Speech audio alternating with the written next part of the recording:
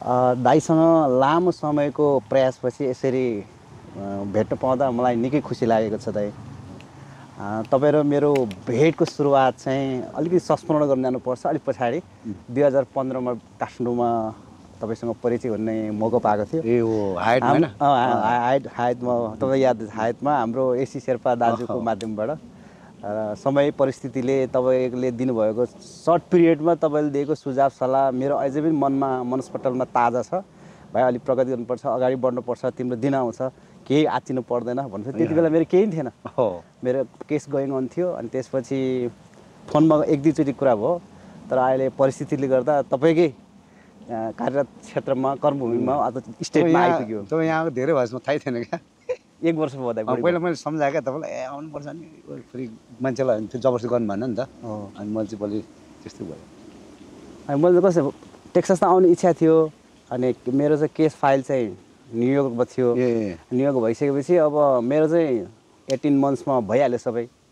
अब परिवार आउने कोसिस हुँदाखेरि चाहिँ अनि वकिलहरूको सुझावले तपाईँले जबसम्म आफ्नो फ्यामिली चाहिँ सेटल हुँदैन तबसम्म चाहिँ नछोड्नुहोस् भन्ने सुझाव भयो। ठिक हो ठिक छ। अहिले टेक्सासमा आएको छु, रमाइलो लागिरहेको छ। इन्भाइरोमेन्ट, नेपालीहरूसँगको भेटघाट, दाजुभाइहरू, पूर्व पश्चिम सबै एकदम राम्रो हावापानी छ यहाँको। यो खुसी लाग्छ दाइ। अब अरूले बुझ्दैन कि, तर अमेरिकाको सबभन्दा ह्यापनिङ नेपालीहरूको लागि चाहिँ टेक्सास हो है। एकदम ग्रोइङ ठाउँ। अनि व्यापार व्यवसाय गर्नलाई पनि हुन्छ नि, अलिक टाइट कम्पिटिसन नभएको जस्तो क्या, मान्छेले नबुझेर क्या। एफोर्ड गर्नुको सजिलो नि होइन। हेरिदिनु पनि न्युयोर्कमा एउटा घर किन्नु पनि सानो थोत्रे घर 1.2 मिलियन 2 मिलियन यस्तो भन्छ नि होइन, चुपडी जस्तो होइन।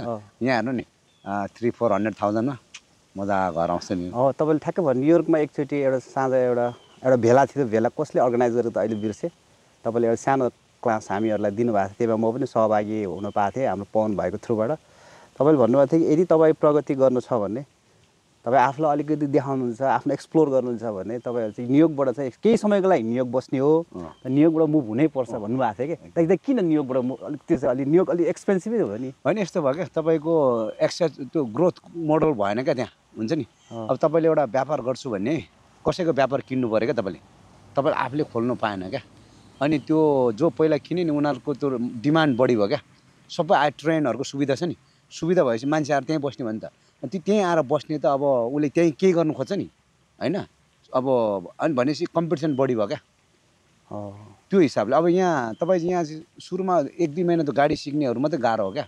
त्यो सिकेपछि यहाँ चाहिँ कस्तो भने अपर्च्युनिटी धेरै, डिमान्ड कम भयो क्या टेक्सासमा। हेर्नुहोस् न, त्यो कारणले मैले भने अब न्युयोर्कमा हेर्नुहोस् न, जो आयो न्युयोर्कमा आउँछ नि त। त्यही मान्छेले व्यापार खोज्ने नि त, अलिअलि काम गरेर पैसा थुपारेपछि व्यापार खोज्ने हो। अनि व्यापार जसले सीमित लिइसक्यो उसले त्यो फाइदा हुने तरिकाले हुँदैन। अब त्यहाँ चाहिँ आफ्नो मजाले दाम कसेर लिन्छ, अनि त्यो आउनेले फाइदा हुँदैन। त्यो हिसाबले भनेको। अनि त्यही हिसाब अब घर हेर्नुहोस् न तपाईँ, 1 मिलियनमा थोत्रे घर सानो, 80 वर्षको थोत्रे पुरानो घर। अनि त्यो त्यस्तो, अनि त्यसले फेरि घर भाडामा लिएर पनि मोर्गेज तिर्न नपाउने होइन। त्यो चाहिँ अति नै भयो क्या मैले देख्दा चाहिँ। त्यही कारण मैले तपाईँलाई भने यहाँ सुरुमा एडजस्ट हुनु, पैसा चिन्नु, मान्छे इङ्ग्लिस अलिअलि अमेरिकन भाषा बुझ्नु हुन्छ नि, कम्फर्टेबललाई हदै बसेर 1 महिना 1 वर्ष ठिक हो होइन। त्यसपछि चाहिँ सट्टै हम्फालेर बाहिर टेक्सासमा त होइन, अलिक ओपन शान्तिनगर सिटीतिर गयो भने अपर्च्युनिटीहरू छ। म चाहिँ मेरो यो पोडकास्टमा दाइको धेरै कुराहरू पब्लिकली पनि तपाईँ अलिअलि खुला रूपले आफ्नो ब्याकग्राउन्डहरू मजाले भन्नुहुन्छ। म पनि तपाईँको 2-3 प्रोग्रामहरूमा पार्टिसिपेट हुन पाएँ। अनि चाहिँ तपाईँले अब अहिले त फेसबुक यो सोसियल मिडियाको माध्यमबाट पनि तपाईँले जुन किसिमको आफ्नो विचारहरू दिइराख्नु छ त्यसलाई पनि हामीले ग्रहण गरिरहेछौँ। तर अहिले तपाईँको अलिकति पारिवारिक पृष्ठभूमिको बारेबाट सुरुवात गरिदिनु। तपाईँ नेपालको कुन ठाउँमा जन्मिनु भएको, कतिजना परिवार दाजुभाइहरू कति थियो, तपाईँको बाल्यकाल कसरी बित्यो, यसबाट सुरु गरौँ न अलिक मजाले। अब म चाहिँ रामेछापमा जन्मेँ। हजुर 2 वर्ष पुग्नु नाट्दा बुवा आमाले बोकेर उता धनकुटातिर लानुभयो क्या। बुवा आमा चाहिँ अब गाउँमा हुँदैन नि त केही पनि, भनेपछि अब ठेक्का हुन्छ नि कुल्ली काम गर्ने भनेर, अब हुन्छ नि मान्छेहरूले रोडमा काम गर्ने भनेर हो त्यसरी उता धरान धनकुटातिर हामी हुर्क्या भनौँ। कति वर्षसम्म त्यहाँ जाँदा यस्तो भयो। अब मलाई भन्नै पर्दा त्यहाँ तपाईँको म 2 वर्ष हुँदाखेरि हामी धरानबाट धनकुटा बनाउने बाटोमा क्या, बाटो बनाउँछ नि कन्स्ट्रक्सन, बाटो थिएन क्या। अनि हाम्रो बुवाहरू चाहिँ यो कुल्ली गर्थ्यो क्या त्यो बाटो बनाउने। त्यो बनाउने क्रममा बाटो जति सर्दै गयो हामी घर सर्दै जाने क्या। अनि त्यसरी त्यो कति भयो नि 2देखि म 9 वर्ष पुग्दा धनकुटा पुग्यो होला। त्यो सर्दै सर्दै क्या 5-6 चोटि सर्यो होला। यहाँबाट 5 किलोमिटर बनायो घर त्यहाँ, फेरि त्यहाँबाट 5, फेरि घर त्यसरी गर्दा गर्दै 2 वर्षदेखि सुरु गरेर 9 वर्ष 8 र 9 वर्षको बिचमा धनकुटा पुग्यो। त्यति वर्ष लाग्यो। अनि त्यस धनकुटा पुग्यो। धनकुटामा चाहिँ बुवाहरूले अब अलिक त्यतिखेर बाटो बनाउँदै पैसा सेभ गर्दै गर्दा पेटी ठेक्दार हुन्छ नि, त्यस्तो यस्तो गर्दै गर्दा अलिक पैसा जमाएर धनकुटामा घर बनाउनु भएर धनकुटामा स्कुलमा पढाउनु भयो। त्यो स्कुलमा पढाएपछि त्यहाँ 2-3 क्लाससम्म पढाउनु भयो। त्यसपछि चाहिँ अब बुवाहरू पनि अलिअलि हुन्छ नि, अब हसल गर्नुहुन्थ्यो। आमाले पसल थापेको थियो, किराना पसल। बुवाले ठेक्कापट्टा हुन्थ्यो, पेटी ठेक्दार गर्थ्यो। यसो यसो गर्दा अनि पछि चाहिँ राम्रो बुवा आमाको चाहिँ के सपना भने मेरो बुवा पनि नपढायो, 8 क्लास पढायो। आमाले झन् पढ्दै नपढायो। आमाको सपना के भने म जस्तो दुःख चाहिँ मेरो छोराले नपाओस्, यो खानै नखाएर भने मेरो छोरालाई चाहिँ राम्रो पढाउँछु भन्ने चाहिँ उहाँको जहिले पनि त्यही भनाउँछ। उहाँको आमाको फुर्ती नै त्यही हो। त्यति बेला मैले त छोरालाई त बोर्डिङ पढायो भने जस्तै आमाको जहिले पनि साथसाथै कुरा गर्दाखेरि मेरो सपनै बोर्डिङ पढाउनु थियो, मैले त राम्रो पढाएर छोडेँ भनेपछि हामीलाई चाहिँ आनन्द कुटीमा पढाउनु भएको। त्यतिखेर चाहिँ आनन्द कुटी एकदम नाम चलेको स्कुल थियो। त्यहाँबाट एसएलसी गर्नुभयो? त्यहाँबाट एसएलसी दियो। अनि त्यसपछि एसएलसी पास गरेर 2 इयर्स गरेर अनि यहाँ के अरे नेभारो कलेजमा आयो। नेभारो कलेज भन्ने एउटा कर्सिकेना। कतिमा हो तपाईँ अमेरिका? अब नेपाली त बिर्सेँ है मैले होइन, अङ्ग्रेजी 1997। धेरै यङमा आउनु भएछ। म 20 वर्ष 21 लाग्नु 2 महिना कति बाँकी थियो भनेपछि अहिले 50 भनेपछि भन्नु न। अब त्यहाँ कति त्यो नेहरू युनिभर्सिटीमा चाहिँ कति समय बिताउनु भयो त्यहाँ? कता? त्यहाँ नेपालमा? अनि यहाँ मैले 2 वर्ष बिताएँ। अनि त्यसपछि यहाँ यता सारेँ। अनि यहाँ सारेपछि मैले कन्टिन्युस गरेन क्या, भने गऱ्यो अझै बाँकी छ क्या। तपाईँको त्यहाँ क्रेडिट आवर हुन्छ नि, अझै पनि मेरो 30-40 आवर बाँकी छ। के भइदियो भने यहाँ कर्सिकेनामा 2 इयर कलेज गऱ्यो, त्यसपछि यहाँ सर्यो। अनि म चाहिँ कस्तो भने म यहाँ आउँदाखेरि चाहिँ मेरो पढ्ने स्थितिमा थिएन क्या। भनेपछि बुवा आमा सबै ब्याङ्कले प्रपर्टीहरू लगेर ब्याङ्क्रप्सी गरेर जेरो होइन, म आउने प्लेन भाडा पनि मेरो साथीले हाल्थ्यो क्या 2 लाख। अहिले साङ्गे न्युयोर्कमा हुनुहुन्छ। मेरो त यहाँ पढ्ने भन्दा पनि हुन्छ नि, अब छोराको परिस्थिति कसरी त्यो अब ऋण भन्नु नि, अब 36% तपाईँलाई थाहा छ नेपालको, 36% ऋण लिएर त्यो कसरी तिर्ने मात्रै थियो क्या दिमागमा। अनि त्यो क्रममा मेरो त पढाइ भन्दा पनि बढी उसमा गयो क्या, काममा पढाइ त स्ट्याटस मात्रै बनाउँ भने जस्तो क्या गएको जस्तो। अनि स्ट्याटस नबिग्ने अनि काम भयो। अनि यहाँ अब काम गर्ने क्रममा फेरि म काम चाहिँ हुन्छ नि, आफूलाई आपत परेपछि साउले निकाल्ला कि मैले राम्रो गर्नुपर्छ, यसले मलाई राम्रो गरेपछि मलाई राम्रो तलब दिन्छ भन्ने काम हुन्छ नि, एकदम मेहनती काम गर्ने क्या म। दिनमा अब तपाईँको मैले अहिलेसम्म सम्झेकोमा 15-20 चोटि है, धेरै त हुँदैन, 15-20 चोटि मैले 27 घन्टा काम गरेछु। दिनमा 24 घन्टा हुन्छ नि होइन, म चाहिँ 27 घन्टा गरेछु क्या। मलाई थाहा छ नि त होइन, हो त्यसरी काम गरेँ क्या म। अनि पछि म्यानेजर दियो त्यो 7-11मा। अनि पछि गर्दै गर्दै एउटा इजी मार्ट भन्ने कम्पनी हो सुपरभाइजर। अनि त्यसो गरेँ। अब पछि यो म्यानेजर अब सबै तपाईँलाई ट्रिक्सहरू आउँछ नि, अनि ट्रिक्स आउँदाखेरि चाहिँ अनि त्यसै गरेर अनि यो अरू आफ्नै खोल्छु भनेर लागेर अनि अहिले यो बिजनेस भएको। आफ्नो चाहिँ कहिले सुरु गर्नुभयो तपाईँले? सबै अरू ठाउँमा राम्रो अनुभव बटुलेको छ? यस्तो भयो क्या, मैले आफ्नो त हुन्छ नि अमेरिका आएको 2 वर्षमै सुरु गरेँ क्या। उता कर्सिकेनबाट यहाँ सरेँ होइन, यहाँ सर्दा चाहिँ म स्टोरमा काम गर्थेँ। भनेपछि 99मै सुरु गरेँ म। 97 होइन, कसरी सुरु गरेँ भन्नुहुन्छ नि, म यहाँ आएँ स्टोरमा काम गर्दै थिएँ होइन। अनि म चाहिँ अलिक बोल्छु नि, अहिले पनि तपाईँलाई थाहा छ नि, गफ दिने पासाङ भनेपछि म त्यतिखेर त्यस्तै हो क्या, बोल्ने यताउता पासाङ म नभए भने माहौल नभएको जस्तो हुने क्या। अनि मेरोसँग केटाहरू लाग्थ्यो। अनि म चाहिँ के गरेँ भने स्टोरमा काम गर्थेँ। अनि साइडमा छ नि मैले गाडी छोडेको थिएँ। अनि एउटा लिँदैन पासाङ यार तिम्रो गाडी मलाई बेच भने क्या होइन। अनि मैले 400-500 नाफा भयो भन्दा किन नबेच, म त पैसा चाहिएको छ नि त। अनि मैले 500 यति दिने भन्दा दिने अरे क्या। अनि मैले बेचेँ होइन। अनि मैले त्यो जहाँ किने गाडी थियो नि त्यहाँ त्यसलाई फेरि म अर्को गाडी दिएँ भने क्या, भियतनामिज थियो क्या, युएस अटो इम्पोर्ट्स भन्थ्यो हाल्टम सिटीमा, त्यसले फेरि म अर्को गाडी दियो क्या। अनि म त स्टोरमा काम गर्थेँ। अनि स्टोरमा महिनामा हामीले टोटल महिनामा कति 1200-1400 हुन्थ्यो हाम्रो तलब क्या। हप्ताको 300-350 गरेर नि 1200। एउटा गाडी बेचेर 400, अनि यहाँ 300, यसो दिमाग घुम्न थाल्यो क्या। अनि मैले अर्को गाडी ल्याएँ होइन, अर्को गाडी मसँग गाडी किन्ने मलाई होइन ब्रो भन्दै क्या। अर्कोले माग्यो क्या, फेरि बेच्यो। गर्दा गर्दा 3-4वटा गाडी बेच्यो है। अनि यसो सोचेँ है, 1 महिना काम गऱ्यो 1500, 4वटा गाडी बेच्यो 2200 क्या। यो काम चाहिँ ठिक छैन जस्तो लाग्यो क्या गाडी बेच्ने त्यसबाट कामसाम छोडेँ मैले अनि गाडी बेच्ने गाडी त उसलाई भनेर मलाई गाडी चाहिँ अलिक सस्तोमा दिएँ म तेरो बेच्छु तर मलाई पनि पैसा बनाउनु दिएँ भने होइन अनि गाडी बेच्यो टक्टु बेच्यो होइन मैले 15-20वटा गाडी बेचेँ हो अब पासाङ होइन अब नेपाली कम्युनिटी सानो थियो नि त गाडी बेच्नु त पासाङलाई भने होइन अनि बेचेपछि गाडी धेरै बेच्दैन ओहो अब यसलाई कति गाडी बेच्ने भने मान्छेको दिमाग चल्छ नि उसको मात्रै कति गाडी बेच्ने त त्यहाँबाट ल्याउँछ यसले मलाई बेच्छ म किन जाने म त्यहीँ डाइरेक्ट झन् मान्छे चलाएको त हुनु पऱ्यो अनि त्यहाँ जाने त्यहाँ त फेरि सबै गाडी युज कार हो क्या सबै ठ्याक्क कुद्ने त हुँदैन क्या कोही हुन्छ कोही हुँदैन केही न केही बिग्रेर हुन्छ अनि एउटा मेकानिकलाई साथी बनाएँ यो भेटनामिसले साथी बना त गाडी बना मिलेर खोलौँ अनि केलरमा खोल्यो क्या अनि नापा अटो भनेर खोल्यो क्या हामीले घाटसाट बनाएँ है टक्कला नापा अटो भनेर अनि नेपालीलाई बेच्न थाल्यो बेच्यो क्या 15-20वटा पैसा पनि ठोइ ठोइ हाल्यो दङ्ग क्या दुईजना अनि त्यसको 6-7 महिनापछि गाडी फिर्ता भयो क्या कोहीको सबै त होइन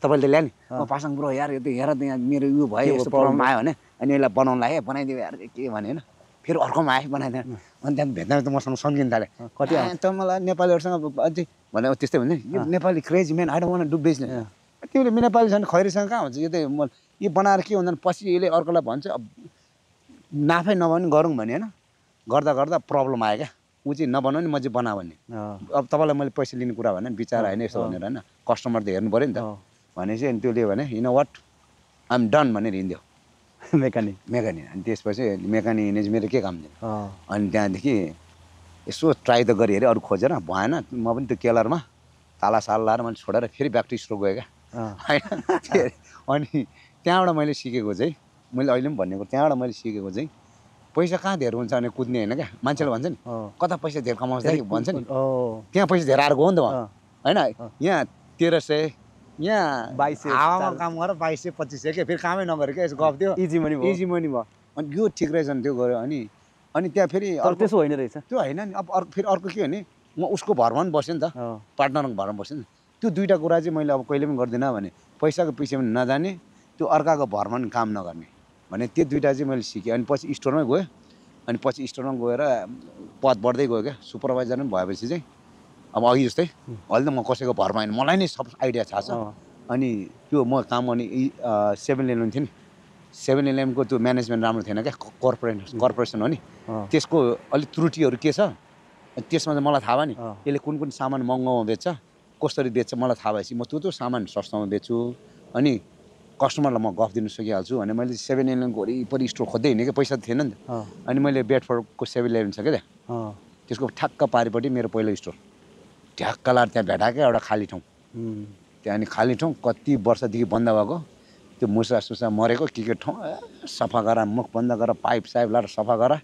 टक्क रेन्जबाट सामान ल्याएर ठ्याक्क बनाएँ है अनि 4-5 महिना 6 महिना चाहिँ गाह्रै भएको थियो फेरि साथीहरूसँग पैसा मागेको थियो भाडा तिर्नु पऱ्यो नि त भाडा कति 1200-1300 कति थियो 12 महिनाको बत्ती पनि तिर्नु पनि आफ्नो तलब पाउँदैन होइन अनि त्यतिखेर बेकार सुपरभाइजर छोडेर जस्तो भयो क्या म सुपरभाइजर गर्दा मेरोमा कति 100-150 मान्छे अन्डरमा हुन्थ्यो क्या अर्कै थियो नि त सुपरभाइजर नि मन्डे टु फ्राइडे गाडी दिएको थियो के दिएको थियो हो बस होइन मिटिङमा टक गरायो भने छोड्यो त्यो त आफू झाडा लायो आफू मुसा मारे इन्भेस्टमेन्ट आफू सबै अनि पछि बिस्तारै होइन अहिले यो टिकटकमा मैले एकाउन्ट खोलेको थिएँ नि 2-3 जनाले सुन्दै थियो 100 जना 200 जना गर्थ्यो नि अहिले कति 7,000 छ नि अनि मलाई थाहा छ क्या त्यहाँ 1 मिलियन हुन्छ भने मलाई थाहा छ क्या एक दिन पुग्छ नो डाउट क्या तर कति सर्ट पिरियडमा त्यति भइसक्यो भनेपछि कति मेहनत गरेँ क्या कन्टिन्यू चाहिँ गर्नु पऱ्यो भन्ने कुरा त्यही हो लाइफको जुनै काम गर्दा पनि मैले भन्छु स्पिड होइन कि कन्सिस्टेन्ट म्याटर्स भन्छ क्या तपाईँले बिस्तारै गर तर कन्सिस्टेन्टली गर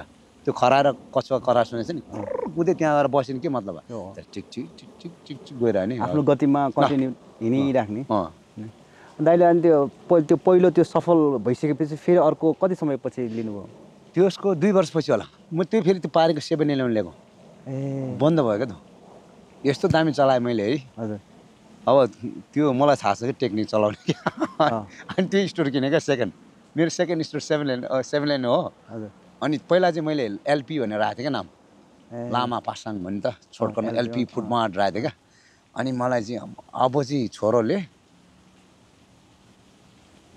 स्टोरको स्ट्राटेजी मिल्यो मैले त 100वटा स्टोर चलाएको थिएँ नि त पहिला सुपरभाइजर अनि म पनि त्यो इजी मार्टको साउ थिएँ क्या त्यसको 450वटा स्टोर थियो त्यसले पनि 0बाट सुरु गरेँ क्या नथिङ मिस्टर जिमेट भन्थ्यो अब जिमेटको चेला भयो भने जस्तो क्या होइन जिमेटको चेला हो अब म पनि आफ्नै हो तर एउटा नाम छाने होइन त्यतिखेर रेस ट्र्याक र क्विक ट्रिप चलेको थियो क्या त्यो चाहिँ अनि मैले चलाख गरेँ क्या एउटाको क्विक अर्कोको ट्र्याक क्या क्विक ट्र्याक राखेँ क्या एउटा त्यहाँबाट कम्बाइन गरेँ क्या अब यिनीहरूलाई पछार्ने म भनेर क्विक ट्र्याक भनेर खोलेँ क्या दुइटा अनि त्यहाँबाट अहिले जति पनि क्विक ट्र्याक भएको तपाईँको क्विक ट्र्याक मेरो सबै क्विक ट्र्याक मेरो मैले धेरै ठाउँमा देखेँ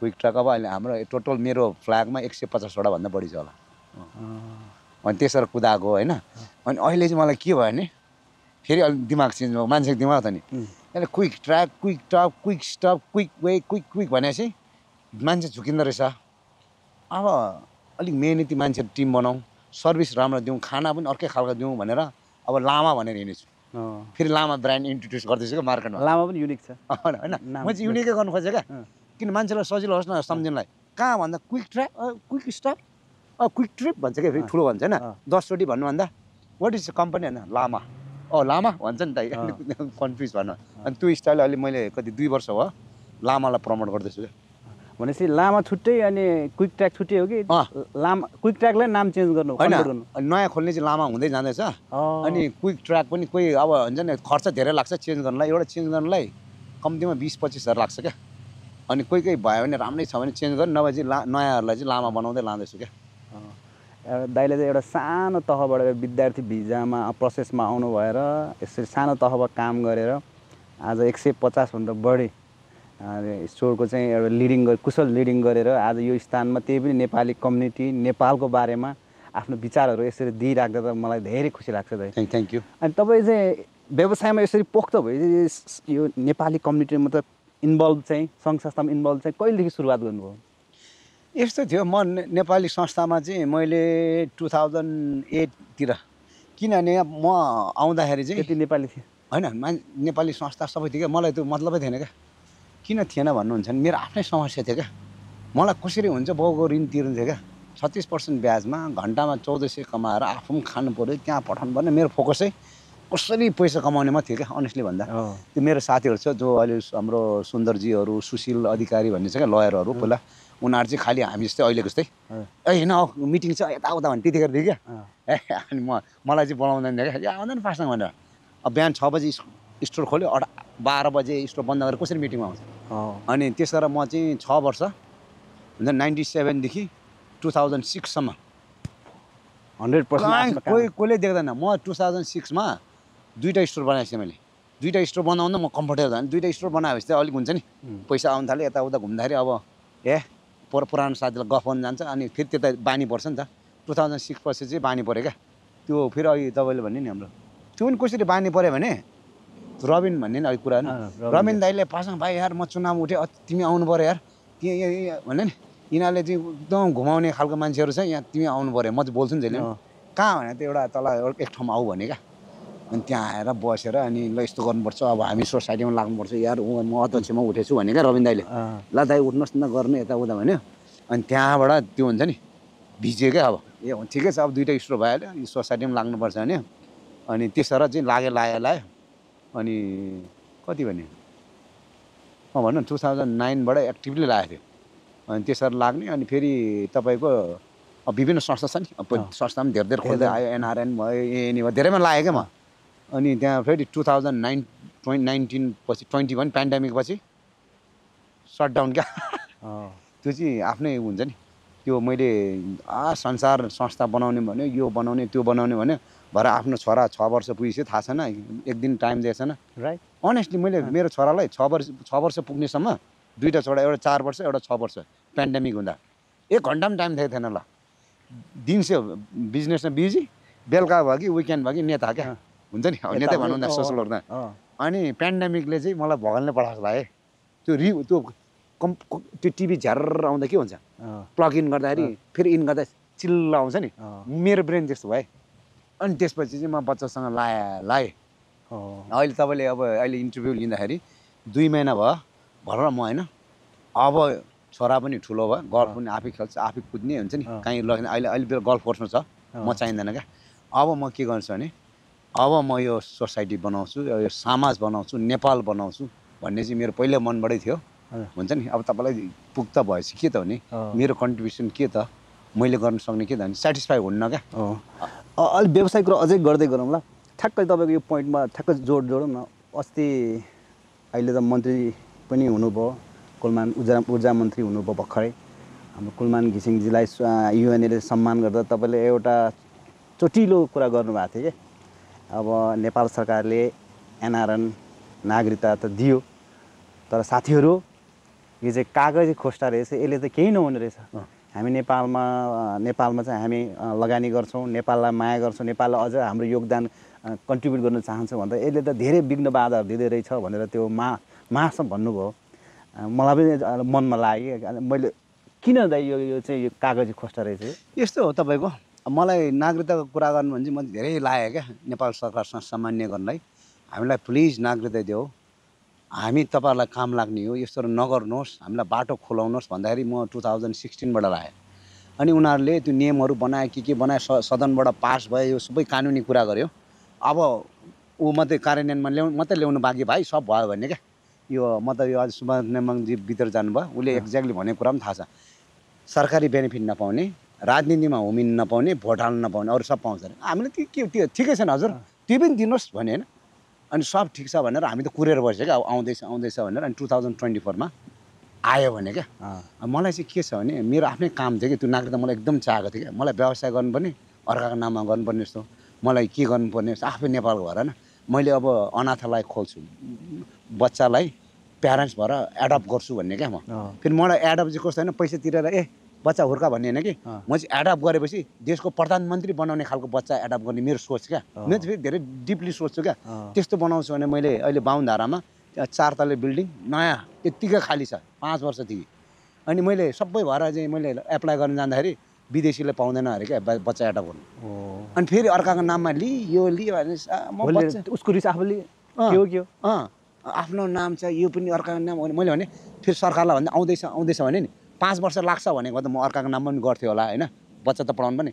कि कसरी झुक्यो भने अब आउँदैछ, अब सदनमा जान्छ, पास भइसक्यो भन्दा अब यता काममा पनि बिजी हुन्छ नि, टाइम गएको थाहा पाएन।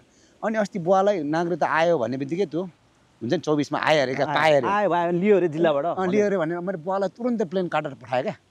बुवा गाउँमा गएर नागरिकता लिएर के गरेर 1 महिनामा ठक्कै लियो क्या। अनि अब त हाम्रो काम गर्नु पनि मालपत्ता जग्गा सग्गा के गर्नु पर्ने, मालपत्ता यो चिन्दैन अरे। त बुझेँ मैले, यो त हुँदैन तपाईँको, यो अब उता गृह मन्त्रबाट ऊ नै आएछ कि आएछ न दिएन। अनि ब्याङ्क खाता पनि खोल्न नदिने, अनि एउटा बेसिक चिजहरू पनि नदिने भनेपछि त ब्याङ्क खाता खोल्न नदिने भनेपछि के नागरिकता भन्नु नि, एउटा आइडीले पाउँछ अरे ब्याङ्क खाता खोल्नु। अनि भनेपछि अनि मलाई त्यहाँबाट के लाग्यो भने हुन्छ नि तपाईँलाई मुसालाई, आफू मुसा हो, बिरालोले भित्तामा पुऱ्याएपछि मुसाको पनि स्ट्रेन्थ देखाउनु पर्ने। अनि मैले त्यहाँबाट के भने धेरै सह्यो, अब अति सह्यो। अब होइन यो साल यो चाहिँ के भने यो के भन्छ, यो भोट हाल्नु नपाउने, यो नपाउने, त्यो नपाउने होइन, अब वंशजको पाउने, सबै पाउने ल गर्ने के होइन, मैले सोच बनाएँ क्या। अनि मैले साथीहरूलाई पनि कुरा गरेँ, ल अब एनआरएन आफै लबी गर्ला संस्था, एनआरएन संस्था, तर पासाङ लामा र टिमले यो नागरिकतालाई हामी मान्यता दिँदैनौँ, सरकारलाई दिनुहोस्, हामी लिँदैनौँ, तर हामी वंशजकै नागरिकता लिने कुरै छैन। किनभने हामी त्यहाँ जन्मेर हामीलाई 3rd क्लास नागरिकता दिन्छु भने त्यसको बाउको बिर्ताको हो यो नागरिकता छुट्याउने। अनि म जन्मेको होइन, तर 3rd क्लास। अनि त्यसपछि हामीले क्याम्पेनै सुरु गऱ्यौँ। त्यसपछि यहाँ के गऱ्यौँ भने मैले अब हाम्रो यो घिमिरे छ क्या, बासु घिमिरे, उसले पनि नागरिकता खोइ भन्ने अभियान चलाएको थियो। बासुजी नेपालमा टिभीमा इन्टरभ्यू दिएर हिँड्नुहुन्छ। बासुजी यो काम नगर्नुहोस्, तपाईँ नागरिकता खोज्दै मर्नुहुन्छ, नागरिकता पनि हराउँछ, संस्थामा आउनुहोस् यार, हामीसँग संस्था छ। पासाङ लडाइँ गर्दा मर्ला, संस्था मर्दैन, संस्था जीवित, संस्थाले बोक्यो। अब यहाँ आउनुहोस् भने हस् भन्दै थियो, ऊ त जोडेन। तर ऊ जोडे पनि नजोडे अहिले हाम्रो संस्थामा 100जना मान्छेहरू यो संस्थामा आबद्ध भएर अगाडि बढिसकेको छ। अब हाम्रो अभियान के भने एकपटक नेपाली सधैँ नेपाली भनेपछि हामी चाहिँ नेपालीका कागज आइडी अस्ति अब सरकारले काम गऱ्यौँ हामी त्यो लिँदैनौँ क्या, वंशजकै चाहियो क्या हामीलाई होइन। त्यसलाई हामीले लिनुपर्छ, त्यो हाम्रो आफ्नो कसैको बाउको बिर्ता होइन होइन, हाम्रो बाउबाजेले लडेर हामी त्यहाँ जन्मेको त्यो हाम्रो बाउबाजेको बिर्ता हो क्या। त्यसलाई चाहिँ अब त्यो अभियान लाएर अस्ति हामीले कुलमान दाइको कार्यक्रम पनि गऱ्यौँ, अनि ज्ञानन्दजीको पनि गरेको थियौँ। अनि यहाँ पुरा उनी गरेर त्यो अभियानमा हामी चुक्नेवाला छैनौँ। अब चाहिँ हामीले स्टेक होल्डर यसमा संलग्न राजनीतिक पोलिटिकल लिडरहरू यससँग स्टेक होल्डरहरूसँग हामीले चाहिँ बुझाउनु पऱ्यो। वंशजको आधारमा हामीले नेपालमा त माया गर्छौँ, परिस्थितिले गर्दा हामी विदेशिएका हौँ, हामी नेपाललाई कन्ट्रिब्युट गर्न चाहन्छौँ, नेपालप्रति केही गर्न चाहन्छौँ, या यसलाई लिगली तिमीहरूले गर्नु पऱ्यो भनेर हामीले बुझाउन सक्नु पऱ्यो। अब अस्ति मैले कुलमान दालाई के भन्यो भने यहाँ आउनुहुँदा तपाईँले सबैको घर घरमा उज्यालो बनाउनु भयो दाइ, तपाईँलाई मैले एकदम मनमा मान्छु। अब घरमा उज्यालो बनाएर भन, नेपालको मन मस्तिष्कमा उज्यालो बनाउनु पऱ्यो। विदेशी रहेको नेपाली हामी जस्तोको मनमा उज्यालो बनाउनु परिसक्यो। हामीलाई यी भ्रष्ट नेताहरूले जो हुनु अहिलेको सत्ताहरूले हाम्रो मन अँध्यारो बनाइसकेछ। तपाईँ एउटा लाग्नुहोस् अभियानमा, देश लाग्छ, अनि देशको अभियानमा लाग्नुहोस्, एउटा पार्टी खोल्नुहोस्, हामी सहयोग गर्छौँ होइन, हुन्छ नि, राइट काम गर्नुहोस् न, सहयोग गर्छौँ नि। तर नेपालीलाई नेपाली होइन काम गऱ्यो भने हामी कसलाई पनि बाइक राख्दैनौँ। त्यो हो हाम्रो क्लियर कुरा भने चाहिँ भाइ तपाईँले भनेको जाइ छ, तपाईँले नागरिकता पाउनै पर्छ, तपाईँ नेपालमा जन्मेको परिस्थितिले आएको मैले भने हामी बुझ्छौँ, त्यो कुरामा दुई मत छैन भनेपछि ल दाइ अब हाम्रो काम भनेको हामी यसलाई भोट हाल भन्दैनौँ। म विदेशी भएको नाताले हाम्रो युएनए संस्था छ, नेपालको गाउँ गाउँमा घुम्छ, के भन्छु भने भोट हाल्नुपर्छ, राइट ठाउँमा हाल, तपाईँहरू दिमाग लाउनुहोस्, तर भोट हाल्नु चाहिँ जाऊ। किन हामीले तथ्याङ्क हेऱ्यो नि त, नेपालमा बसेर भोट नहाल्ने 45 लाख, नेपालको सबैभन्दा ठुलो पार्टीले ल्याएको भोट 29 लाख, भनेपछि यो 45 लाखलाई चाहिँ हामी मैदानमा उडाउने काम चाहिँ युएनएले गर्छ दाइ भने क्या त होइन। हामी अब के भन्छ नि, कानुनले मिल्छ के मिल्छ भन्ने, हामी त कानुन पढायो भने त यहाँ बुझेको भने त कानुनले के भन्छ नि, फन्डिङै गर्छ क्या। भोटर्सलाई भोट हाल्नु जाउँ भन्यो अमेरिकाले फन्डिङ गर्छ क्या।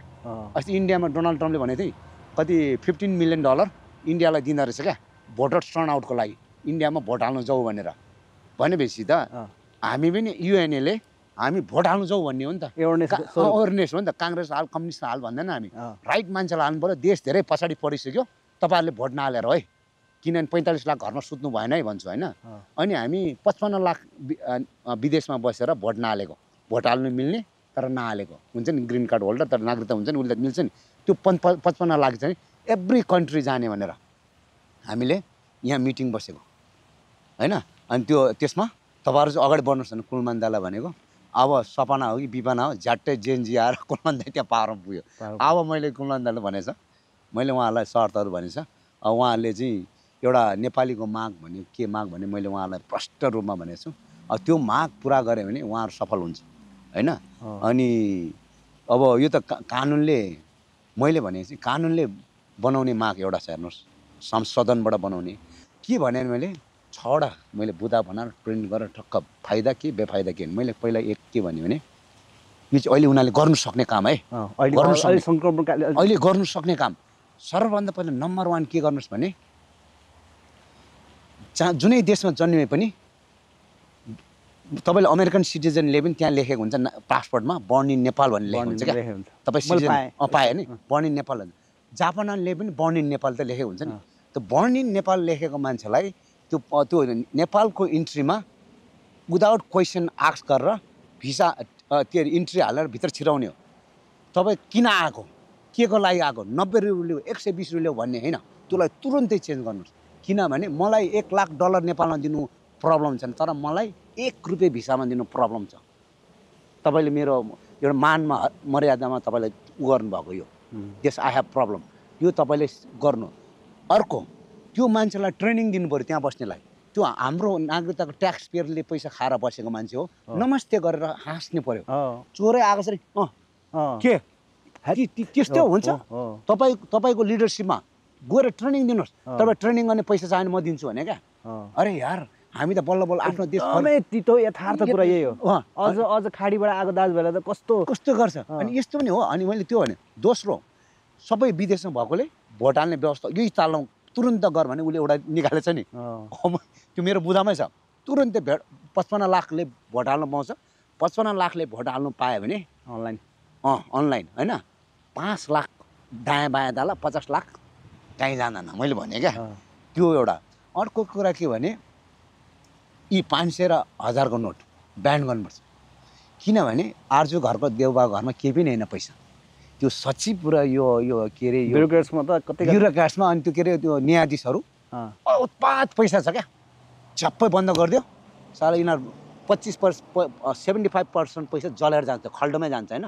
25% कार्यकर्तालाई बाँड्ला, तर पछि तपाईँको चुनाव के भन्दा त्यसमा धेरै यसले असर पार्छ होइन। अर्को अनि अर्को तपाईँको के अरे विदेशमा खाता छ नि, नेपाली मूलको सरकारी जागिर खाएर तपाईँ नेता भएर पैसा कहाँबाट आयो? सब बन्द फ्रोज गर्ने। अनि यो तपाईँको हेटी यो अरू कुन देशले गरेको मैले उदाहरण पनि दिएँ। अनि तिनीहरूले गरिदिन्छ क्या, छानबिनमा छ, फ्रिज गर्नु मिल्छ। त्यो नेपाल सरकारले पाउँदैन, तर मुद्दा लडिन्जेल त्यो फ्रिजमा हुन्छ। पछि मुद्दा लडेर उनीहरू हार्यो भने नेपाल सरकारलाई पाउँछ। त्यो नेपाल सरकारले त्यो अहिले गएको क्षतिमा उद्धार गर्न सक्छ नि त्यो पैसाले। तपाईँले त धेरै जायज कुरा सुझाव दिनुभयो, यो त भन्नु मिलिहाल्छ नि मजाले। धेरै राम्रो मुलुकका लागि, मुलुकको समृद्धिका लागि, मुलुकको हितका लागि त तपाईँको यो सुझाव त अचुक अस्त्र हो। अब अर्को दुईवटा, अनि नेपालमा भएका जो आरोप लागेका भ्रष्टाचारको आरोप लगाएर, जसरी रवि लामेछाने त दोषी होइन नि त, आरोपी मात्रै हो। आरोपी त्यो आरोपीलाई सबै हाल्नु, खुट्टा नकामा जेलमा हाल्नु भने क्या होइन, खुट्टा नकामा जेलमा हाल्नु पर्यो। अहिले नै मैले भने म त एभ्रिडे जस्तो कुरा हुन्छ। अनि मैले नि तपाईँ त्यो सुशीलाले मान्दैन, राजीनामा ठोकिदिनुहोस् यार, के माया छ यो बुदामा, यो हेर्नु छवटा बुदा। अनि अर्को सबै सरकारी काम गर्ने र नेता भएकोहरूको 47 सालपछि 46-47 पछि सबै सम्पत्ति छानबिन गर्नु पर्यो। यति कुरा तपाईँले ठक्क अहिले ल्याएर चाहिँ लागू गर्ने भन्ने, अनि टक्क लगाएर सुशीला मन्त्री परिषदमा राखिदिने, मान्दैन भने हजुर यो भएन भने हामी सिद्धिन्छ, तपाईँ चलाउनुहोस् भन्ने निक्लेर हिँड्दिने। अनि जनतालाई के भन्ने, मैले यी मागहरू मागेका थिएँ, यी मागहरू म सम्बोधन भएन, सम्बोधन भएन, मेरो गल्ती हुनसक्छ, जनताहरू मूल्याङ्कन गर्नु मेरो माग गल्ती हो कि होइन भनेपछि भोलि त्यो दायित्व कहाँ पुग्छ मान्छेले। यो काम गरेन भने यिनीहरू सिद्धिन्छ। यो अहिलेको यिनीहरू छ नि, तपाईँ हेर्नुहोस् न, रवि लामेछानेलाई जेलमा हाल्नु त मिल्यो नि त, तर ती भ्रष्टलाई त्यही नियममा टेकेर हाल्नु मिलेन, मिलिहाल्छ नि। अनि आजको दिनसम्म हाल्दैन। एउटा बल्ल मैले छवटा कि एउटा बल्ल निकालेँ कि नागरिकता उ गर्ने भनेर, भोट हाल्नु मिल्ने भनेर निकालेँ। मतदान चाहिँ निकाल्नु अझै त्यो निकालेको छैन, बर्न इन नेपाल भन्ने निकालेको छैन। किन निकाल्नु मिल्दैन? त मन्त्री सबले डिसाइड गर्ने क्या, यो सांसदबाट कानुन नियम बनेर आउने होइन क्या। अहिले त होइन नि त, प्रतिनिधि सभा विघटन भइसक्यो होइन त्यो। अब त्यसको नियमै होइन क्या यो मन्त्री परिषदले गर्ने कुराहरू क्या मैले भने उहाँलाई। अनि अब भोलि अब है यो त नियम विरुद्ध भने त्यो नियममा उसबाट पारित हुनुपर्ने कुरा होइन। अब तपाईँलाई मैले वंशजको नागरिकता दिनु पर्यो दाइ भन्दा मैले भनेको छैन नि, त्यो त कानुन बनेर आउनु पर्यो। यो त परेन नि, एन कानुन बन्नु पर्यो। यो त एन कानुन बन्नु परेन त, यो त कारण होइन, यो अफिसियल ड्युटी हो। यो गर यसलाई मन्त्री परिषदले डिसाइड गर्ने कुरा हो होइन। अनि भनेपछि आजको दिनसम्म भएको छैन। अनि अब मलाई के लाग्छ भने यो सरकार फेरि ढल्छ, किनभने यो काम गरेन कि न जेनजीको माग पुरा भयो। जेनजीले प्रत्यक्ष भनेछ नि त, प्रत्यक्ष इलेक्सन सादत प्राप्त गर्यो, सादत पर्छ, त्यत्रो 60-70 जना मर्यो, तिनीहरूको त्यो इच्छा पुरा गर्नु पर्यो नि। एउटा इच्छा पुरा भएको छैन नि त, त्यसै कारणले। तर यो काम गऱ्यो भने अलिकति सेटिस्फाई हुने काम पनि भयो नि त। अनि यति मैले भने काम गऱ्यो भने इन्द्रको चन्द्र आओस्, नयाँ पार्टी जोसुकै आओस् त्यसले जित्छ, किन मान्छेले नयाँ खोजिरहेछ। त्यो गरेन भने त्यही खाल्डोको पैसा ल्याएर होइन, त्यही विदेशमा राखेको पैसा ल्याएर होइन, त्यही नेता जेलमा हाल्यो भने हालेको छैन नि त। त्यही नेताले यिनीहरूलाई चाहिँ धुलो पिठो पाएर तिनीहरूलाई भित्र जेलमा हाल्छ। हेर्दै जानु है, सिम्पल हो। तपाईँ अस्ति केही महिना अगाडि नेपालबाट आएपछि अझ तपाईँ अलिक परिवर्तन हुनुभयो। मैले यसो अध्ययन गर्दा नेपाल बस्दा नै लाइभमा 1 घन्टा चाहिँ तपाईँले दिनुभएको थियो नेपालको महत्त्वबारे, नेपाललाई यस्तो गर्नुपर्छ, नेपाललाई हामीले कन्ट्रिब्युसन गर्नुपर्छ भनेर। यो फिलिङ चाहिँ अलिक दाइको यो बढी आएको, किनभने म नेपालमा गएँ होइन, जहाँ पनि पीडा क्या हुन्छ नि। अनि हामी चाहिँ होइन यस्तो हेर्नु, यस्तो घरमा बसेछ, यस्तो गाडी चढेछ होइन, मान्छेलाई हुँदो रहेछ क्या, हुन्छ नि। वाइ भने क्या, हिजो म पनि तपाईँ हुन्छ नि राउटे हुन्छ नि, राउटे जस्तै घर सर्दै बसेको मान्छे म हो क्या। मेरो घर लिटरली त्यो स्याउलाले बनाएको घर, मलाई अझै याद छ नि त, 8-9 वर्षमा याद छ नि। त्यस्तो घरमा बसेको मान्छे होइन, अब यस्तो मान्छे यस्तो ठाउँमा बसेछ। अहिले म जस्तै त्यो राउटे बसेर हिँड्ने मान्छे त्योभन्दा गरिब स्थितिमा छ क्या। अनि त्यसलाई मैले केही पनि गरेन भने, अनि म त अनेस्टली भनेको अस्ति नै यो नागरिकता त्यागेर नेपाल जाने भनेको मेरो बुढीले नमानेर हो। अनि एउटा हुन्छ नि मान्छेलाई बिन्दु आएछ, मान्छेलाई कस्तो हुन्छ नि, वाट्स नेक्स्ट भन्ने हुन्छ नि। अब मैले 150 स्टोर भयो, 300 भयो अरे, गर्ने के यार, 1000 भयो अरे, गर्ने के, देयर्स नो पोइन्ट क्या। तर 100 होस्, दुईटा होस्, अरूलाई तपाईँले देखाउनु सिकाउनु सकेन भने मलाई चाहिँ के भइसक्यो नि, this is no point of living life जस्तो लाग्यो क्या। हुन्छ नि, अब तपाईँलाई भन्छ नि तपाईँ सन्तुष्टि छ भन्ने मलाई सम्झनु छैन।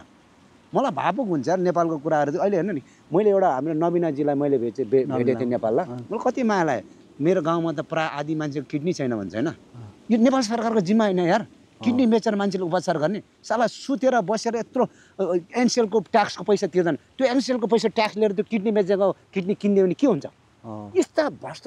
अनि हुन्छ नि एउटा सोच्दा पनि होइन म त्यहाँ बस्दाखेरि के मलाई के घात लाग्यो भने नेपालमा बस्दै गर्दा न्युज आयो क्या भर्खर पोखरामा 17 अरब 16 अरब घोटाला अरे अनि कसलाई मतलब छैन क्या एउटा न्युजमा टुक आयो 2-3 दिन कसलाई मतलब छैन मलाई त मतलब भइरहेको थियो क्या म त यार $5 कमाउनलाई टोयलेट सफा गरेर यत्रो मोलेको माल 16 अरब भन्दा मैले मेरो साथी दोर्जेलाई भने 16 अरब यत्रो घोटालावाला तिमीलाई के मतलब हुँदैन यस्तो कि तपाईँले के भएर नि है यस्तो गर्नु दिनु हुँदैन लड्नुपर्छ यिनीहरू भने दाइ तपाईँ कहाँबाट लड्ने कहाँबाट सुरु गर्ने अरे क्या यहाँबाट सुरु गर्ने कि टुसालबाट सुरु गर्ने कहाँबाट सुरु गर्ने अरे अनि पनि होस् लाग्यो अनि मलाई के लाग्यो भने एक्लै लडेर हुँदैन म समूह बनाउँछु होइन टिम बनाउँछु नेपालमा नेपालीका यिनीहरूसँग म टिम बनाउँदिनँ भने कि नेपालीसँग किनभने यिनीहरू कुटाइ खाएर लोध भएको मेरो साथी दोहोरी छ नि अब त्यो कुटाइ खाएर लोध भएर त्यसकै शरण पऱ्यो नभए उपाय छैन भन्ने मान्छेहरू क्या होइन अनि शरण पर्दिन भन्नेहरू विदेश जानु खोज्ने हो अनि कोही मतलब छैन के हो भन्ने खालको अब हरेस खाइसकेको मान्छेलाई उचाल्न गाह्रो हुन्छ क्या अब मैले के सोचेँ भने म जो पासाङ लामा जस्तो मान्छे धेरै विदेशमा छ है मैले दिमाग क्या म एउटा पो बोल्दैछु त कोही नबोल्ने तर देश त बिगार्यो भन्ने त धेरै छ नि त्यसलाई चाहिँ गएर चाहिँ तताउँछु भन्ने मेरो दिमागमा आयो क्या अनि सट्ट आयो अनि अमेरिका आउने बित्तिकै मैले अब युएनएलाई चालु गर्छु किनभने युएनए त मैले पहिला प्रोग्राम गर्दाखेरि 1500-2000 मान्छे आउँथ्यो क्या पासाङले गऱ्यो मान्छे भेला पार्नु सक्थेँ क्या म फेरि भेला पार्छु होइन न्युयोर्कमा पनि तपाईँले भव्य नै गर्नु अब म फेरि भेला पार्छु अब मेरो मिसन के हो भने अब उज्यालो नेपाल भन्ने जस्तै नेपालमा हामीले अभियान चलाउने जनचेतनाको अभियान भोटर छाल्नु जाउँ भनेर अब हाम्रो प्रोग्राममा 2-3 हजार मान्छे उतार्यो भने त्यो 2-3 हजारले सदस्यले 3-4-10-15 जनालाई नेपालमा चाहिँ भोट हाल्नु जाउँ भने त्यसलाई मल्टिप्लाई गर्नु नि मैले सोचेँ क्या केही एफेक्ट हुन्छ अनि 2084 मा एफेक्ट भएन अनि मैले हाम्रो टिमकोलाई भनेछ म नागरिकता त्याग्छु तर सबै तपाईँले त्याग्नु छ कि छैन भन्दाखेरि यो पवन भाइदेखि लिएर दाइ म पनि जाने ल भने त्यो हेर्ने त्यहाँ मान्छेको मन हेर्नु नि होइन मैले कुरा गरिसकेँ धेरै अब मैले यति मान्छेहरू छ मैले अनि अरू ठाउँमा पनि बोलेँ क्या म 100% तपाईँलाई के भन्छु भने 100 जनाभन्दा बढी त्यो पनि अलिकति इन्फ्लुएन्सवाला मान्छे पैसा बनाएका मान्छेहरू नेपाल जान्छ है एक राउन्डमा त्यो गएको देखेपछि फेरि अर्को राउन्ड आउँछ त माहौल बनाउनु त हो नि अब पहिला अमेरिका आउँदा त 4 लाख जना आएको होइन नि त 10-20 जना गयो ए रहेछ भने अनि फेरि आयो त्यसरी बढेको त नि अनि यताबाट फेरि के बनाउँदा यहाँ केही पनि छैन केही पनि छैन फर्क्यो भने फेरि माहौल बनाउने हो नि त्यो ताकाले अहिले म एकदम हुन्छ नि टिकटकमा यसमा अभियान अहिले मलाई के भने सामाजिक सञ्जालमा पनि तपाईँको दैनिकी चलिरहेछ तपाईँले आफ्नो विचारहरू दिइराख्नु व्यापारका कुराहरू समाजसेवाका कुराहरू अलिक पछिल्लो चरणमा चाहिँ एग्रेसिभली नै कन्टिन्यू लागिराख्नु भएको छ एक्ज्याक्टली अनि अहिले त्यहाँ एउटा भाइले भन्यो त्यो उसले राम्रै कुरा अरे दाइ भाइरल हुनेलाई टिकटक चलायो भने म त अनेस्टली उसलाई भने भाइ भाइरल हुनु नै हो तर किन भाइरल हुनु कारण छ भने नि मलाई 3 मिलियन फलोवर भयो भने मेरो कुरा बाहिर पुऱ्यायो भने सेतोलाई सेतो कालोलाई कालो भन्ने कुरा बाहिर पुऱ्यायो भने भोलि त सेतोलाई सेतो कालो भन्ने मान्छे धेरै हुने हो नि त नेपालमा नेपाल परिवर्तनको लागि त्यसको कारण हो भने क्या मैले अनेस्टली मैले त्यसकै लागि गरेको अहिले मैले छ नि अहिले 7,000 भयो नि अब भोलि ल भन्नु न 3 मिलियन भयो भने त 3 मिलियनमा 100,000ले सुन्यो भने काया पलट हुँदैन हो कि भन्नु न यसले बोलेको त ठिक हो है यसको कुरा ठिक हो है अब हामीले यसलाई सहयोग गर्नुपर्छ है भनेर 3 मिलियनमा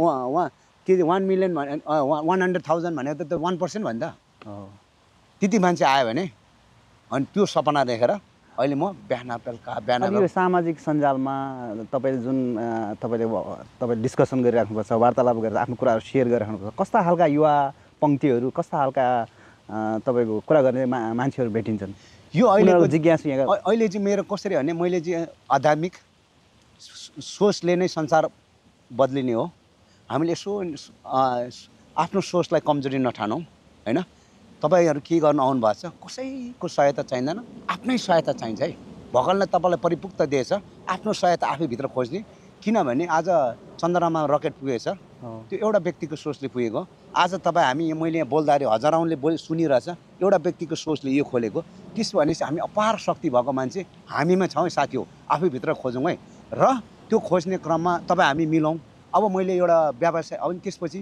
तपाईँको सोच एकदम म सक्छु म गर्छु भन्ने बनाउनुहोस् त्यो सकेपछि आफूलाई स्ट्रङ ठानेपछि अनि व्यवसायमा फैलाउने होइन व्यापार गर्ने छ भने म हेल्प गर्छु है तर सुझाव दिनु सल्लाह दिनुलाई अनि specially gas station retail convenience store छ भने तपाईँलाई म साथ दिएर सक्सेसै बनाउँछु है भन्ने खालको कुरामा लागेपछि त्यो अहिलेको प्रायः मान्छे चाहिँ अलिक केही गरौँ व्यापारमा मलाई काहीँ हुन्छ कि केही गर्न नसकेको मान्छेहरू चाहिँ धेर छ त्यहाँ मैले देखेँ त्यो कमेन्ट अनुसार सबै देखेँ मैले यसो जोड्न खोजेँ तपाईँको कुराले ग्यास स्टेसन कन्भिनियन्स स्टोरमा चाहिँ कसरी मेरो पैसा छ म कसरी लगानी गर्ने मेरो छ त्यसलाई राम्रोसँग म्यानेजमेन्ट गर्न सकेन मेरो कामदारले नै पैसा चोरी भयो तपाईँसँग चाहिँ टाइअप गर्नु के गर्नुपर्छ तपाईँ जस्तो सक्सेसफुल बन्ने एउटा मूल मन्त्र के हो भन्ने खालका कुराहरू आइरहेछ हाम्रोमा यी कुराहरूको बारेमा अलिकति क्लियर गरिदिनु त्यसपछि अझ हामी देशकै बारेमा कुरा गरौँ अब यस्तो अब अहिले मैले gas station convenience store retail स्टोरमा चाहिँ के भन्छु भने साथीहरूलाई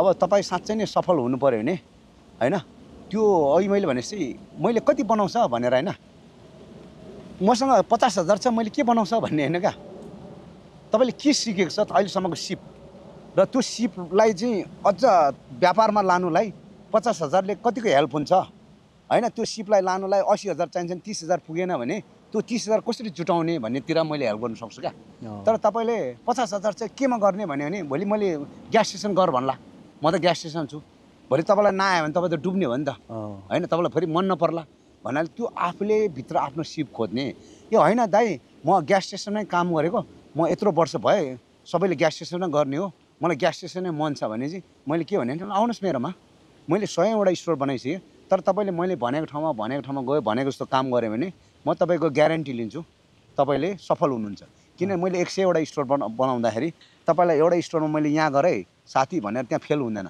तपाईँ ढुक्क हुनुहोस् किनभने तपाईँ मेरो ढोकामा ढकढकाएर हजुर मलाई पनि एउटा पार गरिदिनु पऱ्यो भने होइन अनि तपाईँलाई आउनुहोस् भित्र भने अनि भित्र गएर लट्ठीले कुट्नु त भएन नि त तपाईँलाई पार गरिदिनु पनि पार भने मलाई खानु पाएन हजुर मलाई एक साग खानु पाउँछ यो कसरी हो भनेर आयो भने भित्र लगाएर छ भने छ भन्नु पऱ्यो छैन भने छैन है भाइ यति लिएर जाऊ भन्नु पऱ्यो छ भने भित्र आउनुहोस् भनेर भएछ भित्र मासु के खुवाउनु त पऱ्यो नि मैले भने त्यही हो बुझ्नुभयो बुझेँ कन्सेप्ट क्या भनेपछि अहिले पनि कोही नयाँ पङ्क्ति चाहिँ तपाईँसँग व्यवसाय गर्न आउँछु साझेदारी गर्न आउँछु नयाँ गर्नु पर्यो तपाईँको सल्लाह चाह्यो भनेपछि तपाईँकोमा एप्लिकेसन दिएर तपाईँ दिन सक्नुहुन्छ हाम्रो लामा ग्रुप भनेर छ lama.group भन्ने त्यसमा गएर उनीहरूले एप्लिकेसन भएर उनीलाई के चाहेको होइन अब होइन मलाई चाहिँ एउटा फन्डिङ मात्रै गर्ने म चाहिँ इन्जिनियर डक्टर हो तपाईँले स्टोर बढाएको छ अनि मेरो पनि पैसा लगानी गर्नु पऱ्यो भने पनि हामीले त्यसलाई प्रपर्टीमा लगानी गरिदिन्छौँ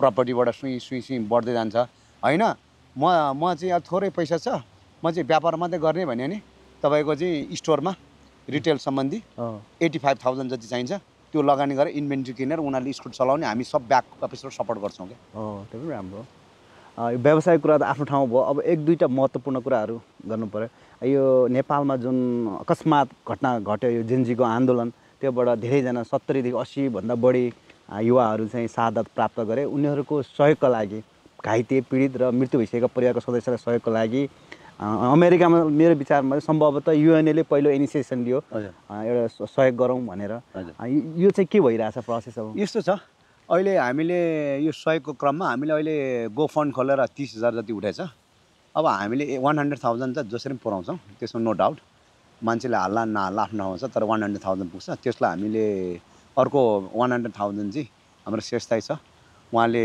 MIT फाउन्डेसनलाई म्याच गरेर 200,000 हुन्छ त्यो चाहिँ हामीले नेपालमा मृतकलाई बाँडिदिन्छौँ होइन यो चाहिँ पहिलो चरणको दोस्रो चरणको चाहिँ के हुन्छ भने फेरि रिबिल्ड त गर्नु पऱ्यो नि घाइतेहरू पनि छ नि त्यसको लागि अर्को गो फन्ड हामीले क्रिएट गरेछौँ होइन अथवा यसबाटै गर्दा पनि हुन्छ तर यो पहिलो चरण चाहिँ हामीले 100,000 पुग्नेसम्म यसलाई हामीले चलाउँदैनौँ क्या त्यो अवस्थामा छ अब अहिले साथीहरू कसैले फन्ड गर्नु मन छ नि theuna.org मा गएर त्यहाँ फन्ड गर्नु सक्नुहुन्छ यो गोल चाहिँ अब हामीले 1 महिना राखेछौँ 1 महिनाभन्दा धेरै नाग्नु पनि दिनुहुन्न क्या मैले त्यही भन्नु खोजेँ अहिले हिजो आज मैले तत्काल न्युजहरू हेर्दा त्यो पीडितका सदस्यहरू देख्दा अलि भावविह्वल छ हाम्रो जिल्लाकै एउटा सामाजिक अभियन्ता दिदी आशिका तामाङ दिदीले आफैले दिएको कुरा हो कि धेरै पीडा रहेछ कि सरकारबाट दिँदाखेरि तपाईँहरूको सहयोग सरकारको माध्यमबाट दिने हो कि डाइरेक्ट पीडितलाई दिने हो त्यो चाहिँ अलिक महत्त्वपूर्ण लाग्छ हाम्रो सरकारबाट हामी दिँदैन होला किनभने सरकारको प्रोसेस लिङ्गरिङ छ क्या त्यो यता गोममा यता फिर्केला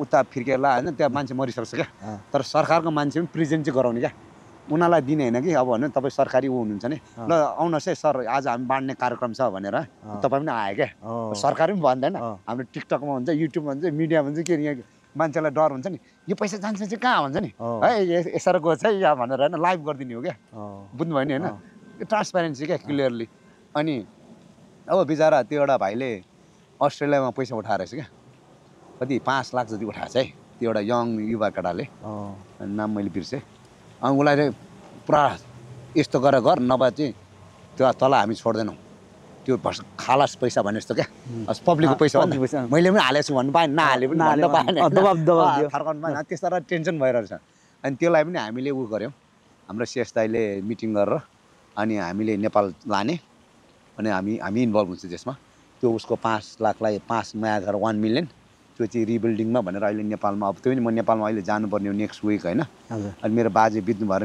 बुवा नेपालमा हुनुहुन्छ क्या फेरि यहाँ फेरि बच्चाहरू छ यो गर्दाखेरि हुन्छ नि त्यो नमिल्ने कारण नभए त अहिले म नेपालमा हुन्थेँ मेरो बाजे बित्नु नभएको भए भर्खर लास्ट विक बित्नु भयो क्या अनि बुवा चाहिँ पूजालाई जानुभयो अनि फेरि बुवाले मेरो घरको बच्चाहरू आधा उधी कामै बुवाले हेरिदिनुहुन्छ क्या अनि म पनि गयो बुवा पनि गयो भने बुढी फेरि अलमल्ल हुन्छ भनेर त्यसरी अड्केको नभए चाहिँ हामी चाहिँ हुन्छ नि यतिखेर हो क्या नेपाललाई चाहिने हुन्छ नि जब पीडामा छन् त्यसरी चाहिने हो अनि अब होपफुल्ली 2 हप्तामा म नेपाल पुग्छु होला फेरि अर्को एउटा समस्या फेरि 2 हप्ता भन्दा पनि यो अहिले मैले त्यो स्टोर ल्याएको थिएँ नि 41वटा फेरि 2 हप्तामा क्लोज हुँदैछ क्या अनि यता अस्ति बाजे अस्ति उड्ने होइन अब 2 हप्ता भनिहाल्यो मलाई नेपालबाट बोलाएछ अनि फेरि 2 हप्तामा त्यो 40वटा स्टोर तपाईँ टिकटकबाट मान्छे आउने त्यसलाई पेपर साइन गरेर यसलाई यता त्यो उता भन्छ नि अब एउटै स्टोर क्लोज गर्नु त कति टाइम लाग्छ होइन 41वटा स्टोर तपाईँ आफै पिछा गर्नु होइन त्यहाँ अर्को महाभारत छ but we can handle it होइन जे आउँछ त्यो ह्यान्डल गर्ने त व्यापारी भन्छ मलाई तपाईँको कन्भर्सेसनमा तपाईँको त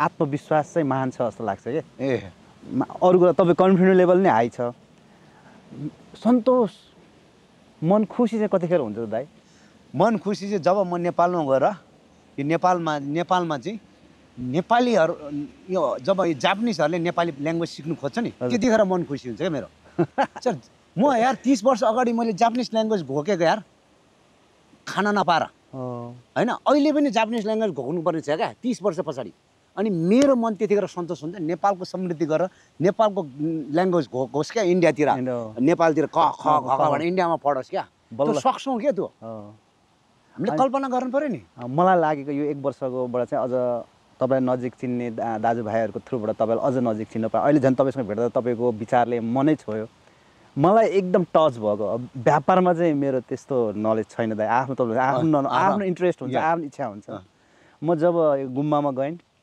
मलाई चाहिँ एकदम आनन्दको फिल भयो अघि पनि अफ द रेकर्ड भने तपाईँले गर्नुभएको एउटा व्यक्तिले एउटा समुदायको लागि एउटा धर्मको लागि जुन तपाईँले कन्ट्रिब्युट योगदान लगानी गर्नुभएको छ असाध्यै मेरो दिल छोएको छ दाइ थ्याङ्क यू त्यो चाहिँ यो अझ यसमा अझै तपाईँले भविष्यमा तपाईँको समय मिलाएर यी धेरै उद्देश्यहरू छ तीमध्ये यसलाई पनि एउटा पाठक रूपमा राख्नुहोस् भोलि त्यसमा मेरो आफ्नो क्षमताले मेरो आफ्नो नलेजबाट कन्ट्रिब्युसन कसरी गर्न सकिन्छ आफ्नो क्षमता हुन्छ त्यो अनुसार मेरो मिडियाको माध्यमबाट के गर्नुपर्छ र एज अ बुद्धिस्टको हामी माया गर्ने हिसाबले पनि म सधैँ तयार छु अब सबै कुरा गरियो एउटा कुरा गर्छ धेरै लामो टाइम पनि नलिउँ अब एनआरएनको कुरा चाहिँ गरेर भन्दा अलिक नमिठो नै हुन्छ समष्टि गर्दा छोटो मिठो तपाईँ एनआरएन अभियानमा नि धरोसँग लाग्नुभयो शेष दाइहरूको टिममा बसेर नेपालमा पनि अब ब्युरोक्राटसँग सचिव लेभलको मन्त्री लेभलको सबैहरूसँग भेटघाट वार्ता गर्नुभयो अहिले छिन्न भिन्न छ एनआरएन जुन संस्था छ संस्था चाहिँ अहिले हाम्रो अमेरिकामै 3-4वटा छ यसले चाहिँ नेपाल सरकारलाई नेपाली जनतालाई हामी जस्तो विदेशिएका नेपालीहरू जो चाहिँ एनआरएनलाई संस्थालाई माया गर्छौँ उनीहरूलाई चाहिँ अलिकति दुःखी बनाएको छ क्या हुन त तपाईँको आफ्नै संस्था माध्यमबाट पनि गइरहेछ जुन एनआरएन चाहिँ अहिले यस्तो हुनु कारण के हुनुपर्छ जस्तो लाग्छ सर्टकट होइन यसो सर्टकटमा भन्नुपर्दा त्यो पार्टीलाई छोड्नुपर्छ क्या त्यो पार्टीले गर्दा हो क्या अहिले हेर्नु 2टा एनआरएन छ नि एउटा दुईटा ठुलो पार्टीको एनआरएन त सबलाई थाहा छ नि होइन त्यो 2 मात्रै छैन अब हामीले हिजो एनआरएन गर्दाखेरि यहाँ सुन्नुहोस् है यो सर्टकटमा भन्दाखेरि हिजो एनआरएन चलाउँदाखेरि त्यहाँ चाहिँ धेरै विवाद भयो क्या त्यो पार्टी सब झगडाबाट विवाद भएपछि शेष घलेलाई चाहिँ संरक्षक भएको हुनाले उहाँलाई इलेक्सन गराइदियो भन्यो अनि शेष घलेले इलेक्सन गराएपछि के भने अनि त्यो इलेक्सन प्रक्रिया त इलेक्सन गराउने मान्छेको प्रक्रिया मान्नु पऱ्यो नि डेलिगेट सिस्टमहरू मान्यो अनि इलेक्सन गराउने क्रममा यो प्रक्रिया हामी मान्दैनौँ भन्यो होइन हुन्छ भनेर सबैले मान्यो अनि मानेपछि के भइदियो भने त्यहाँ अब इलेक्सन हुने भयो।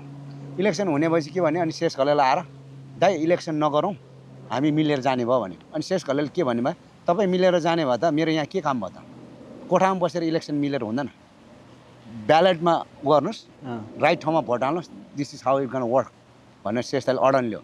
अनि त्यो अडान लिएपछि के भन्यो भने शेष घलेको इलेक्सन बहिष्कार गर्ने भन्यो। त्यो पार्टीको मान्छे दुइटै ठुल्ठुलो पार्टीको मान्छे त्यो एनआरएन बनाउँदा एनआरएन बहिष्कार गर्ने भन्यो। तपाईँले हामीले मिलेर जाने इलेक्सन मिलेर होइन चुनावी प्रक्रियामा जानु पऱ्यो, मिल्यो भने उसको नाम हाल्ने, अर्कोले नाम नहाल्नुहोस्, नाम त निकाल्नु पर्यो नि को क्यान्डिडेट, निर्विरोध त छोडिदिनु पऱ्यो नि त। ल मतदाता खुल्ला भयो त भन्नु पऱ्यो नि त। अब तपाईँले कसले हालेन त मिल्यो नि सिद्धो त्यो मतदाता त हामीले खोल्नै पर्छ भनेपछि उनीहरूले त्यसमा मतदाता खोल्नु एग्री गरेन। नगरेपछि चुनावको एक दिन अगाडि उनीहरूले के गरे भने चुनाव बहिष्कार गरेर गयो। तर शेष घलेलले के भने मतदाता खोलिदियो, खोलेपछि सहभागी हुनेले नाम हालेर इलेक्सन भयो, अध्यक्ष पनि भयो। अनि त्यहाँबाट के भने प्रक्रिया अनुसार कानुनी अनुसार सबै इलेक्सन भयो, सिद्धो शेष घलेलले काम सिद्धायो।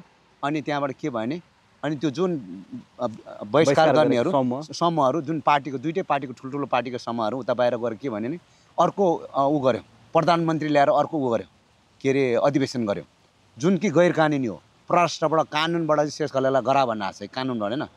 अनि जुन त्यो आएको चाहिँ गर्यो अनि प्रधानमन्त्री ल्याएर अर्को अधिवेशन गर्यो। अनि अध्यक्ष पनि 3 जना, भाइस प्रेसिडेन्ट कति 20-25 जना राखेर इलेक्सन नगराइ पद दिएर 250 जनाको जम्बो टोली बनाएर एउटा टिम बनायो। ल बनायो ठिक छ। अनि अब यताको टिमले त मुद्दा हाल्ने भयो नि त, उ त कानुनी रूपमा राइट छ नि त, कि योलाई इलिगल भनिदिनु पऱ्यो होइन। त्यता प्रधानमन्त्री गएपछि त इलिगल हुन्छ नि। त्यहाँ अनि परराष्ट्रमा गएपछि के भन्यो भने तपाईँहरू मिलेर आउनुहोस्, यस्तो भने झगडा नगर्नुहोस्, यसो भन्यो। अब मिल्नुहोस् भन्दै टाढ्यो, किनकि उता रङ छैन नि त, उता रङ छ। अनि अर्को ठाउँमा गएपछि के भन्छ भने कानुनी हिसाबमा तपाईँहरू माथि, राजनीतिक हिसाबमा उहाँहरू माथि पऱ्यो, यहाँ गाह्रो हुन्छ हजुर हामीलाई भन्ने क्या। अनि टोला अनि पछि के भइदियो भने मुद्दा त पऱ्यो नि। अनि मुद्दा परेर सबै 2 वर्ष लाग्यो, 3-4 वर्ष लाग्यो मुद्दा त्यस्तो हुन्छ नि। त्यो त मुद्दा त छ नि त, जसले एनआरएन चलायो भने 3 वर्ष कति वर्षपछि सर्वोच्चले के भन्यो भने यो शेष घलेलले चलाएको गराएको इलेक्सन चाहिँ सही हो, सही भए पनि 2 दिनदेखिको सबै खारेज गरेर फेरि शेष घलेललाई इलेक्सन गराउने तोकिदियो क्या फेरि सर्वोच्चले। अब फेरि इलेक्सन गरा भन्यो होइन। पहिलाको सबै खारेज क्या, त्यो शेष घलेलले गराएको पनि खारेज, उता पनि खारेज, सबै खारेज, त्यो भ्यालिडै छैन क्या। अनि फेरि शेष घलेललाई इलेक्सन गरा भनेर आयो होइन। अब शेष घलेलले भन्छ पहिला मैले गराएको इलेक्सन पनि खारेज, फेरि मैले गराएँ फेरि खारेज भन्ने के जिम्मा भनेपछि परराष्ट्रले पनि चिठी दियो, सबैबाट चिठी, फेरि इलेक्सन भयो होइन। अनि इलेक्सन भएपछि के भइदियो भने अनि उतापट्टि छ नि त्यो जुन जम्बो टोलीमा त्यहाँ फेरि 2 फ्याक अनि एउटा चाहिँ ठिक हो भनेर आयो त इलेक्सनमा भाग लिनु होइन। एउटा चाहिँ हामी मान्दैनौँ भन्दै बस्यो होइन, मान्यौँ नमान्यौँ त अब शेष घलेलले इलेक्सन गराउनु भयो होइन। अनि त्यहाँदेखि इलेक्सन गराएपछि के भइदियो भने त्यो यसमा अब इलेक्सन त हुनु पऱ्यो नि। अनि त्यहाँबाट फेरि के भने नि अब यो पार्टीको के थियो अघि पार्टीको, फेरि त्यो पार्टी एउटा पार्टी आएर ल भनेर आफ्नो पार्टीको त्यो पार्टीको नेता क्या सांसद आएर त्यहाँ यो उठ भनेर छुट्याएर नि त। अनि हामीले के भन्छ यो छोडिदिनुहोस्, त्यो पार्टीको नेताहरू होइन ठुलो पार्टीको नेताहरू यो उठ यो उठ तिमी यो पदमा उठ भनेर चुनाव पनि नगराइकन भन न गराएको जस्तो गरेर हाम्रो पनि हेडेक के कति हेडेक लिने कति कोर्टमा जाँदा छोडिदियो भने त। अनि त्यसरी अहिले एउटा यतापट्टि छ एउटा उतापट्टि छ भएको त्यो। अब यो पार्टीले गर्दा अन्तिममा भन्नुपर्दा चाहिँ त्यो भित्र पार्टी छिराएर हो, एउटा संस्थालाई भित्र चाहिँ राजनीतिक दलको पार्टी छिराएर के कामै छैन बिगाडिदियो। अहिले 2टा छ, त्यो ठुल्ठुलो संस्था, एउटा ठुलो संस्थाको त एउटा ठुलो संस्था। जे जस्तो भयो नि युनाइटेड नेप्लिज एसोसिएसन छ, यसको फाउन्डर अध्यक्ष तपाईँ हुनुहुन्छ र तपाईँ अब सामाजिक रूपमा चाहिँ सक्रिय हुनुहुन्छ। यी संस्थाको माध्यमबाट अन्य अरू संस्थाहरूलाई कोर्डिनेसन गरेर हाम्रो अभियानलाई निरन्तरता दिनु। अब हामीले यो अभियान निरन्तर नाच्छ। अनि अब 2026 मा हामीले अगस्त 1 र 2 मा भव्य हाम्रो अधिवेशन हुँदैछ यी डालसमा होइन। अब यसलाई चाहिँ अब ब्याक हट्दैन, अब जति तात्यो रकेट जस्तो क्या उडेको अब पछाडि फर्किने चाहिने हो। हुन्छ, मैले पनि आफ्नो क्षमताले भ्याएसम्म तपाईँको संस्थाको मेम्बर भनेर बनेको छैन, मेम्बर बनेर कसरी कन्ट्रिब्युसन गर्छु दाइ। तपाईँको व्यस्त समयको बावजुद पनि यस्तो गहकिलो तपाईँको एक्सपिरियन्स एउटा सानो तहबाट स्टेप बाई स्टेप तपाईँले निरन्तर सङ्घर्ष गरेर एउटा सफल व्यवसाय मात्र होइन सामाजिक रूपमा नि त्यत्तिकै सक्रिय हुनुहुन्छ, समुदायको निम्ति त्यति कन्ट्रिब्युट गरिराख्नु भएको छ। त्यो मात्रै होइन, अब नेपालमै फर्किने अभियानमा जानुपर्छ, त्यसको लागि चाहिँ वंशजको आधारमा नागरिकता निरन्तरता हुनुपर्छ भनेर सरकारलाई दबाब दिनु पर्छ भने जुन अभियान चाल्नु भएको छ त्यो अभियानको चाहिँ सल्युट गर्छु। त्यसमा मेरो पनि प्रतिबद्धता र कन्ट्रिब्युसन हुनेछ। तपाईँको समयको लागि हृदयदेखि धन्यवाद दिन चाहन्छु दाजु। Thank you. नमस्कार।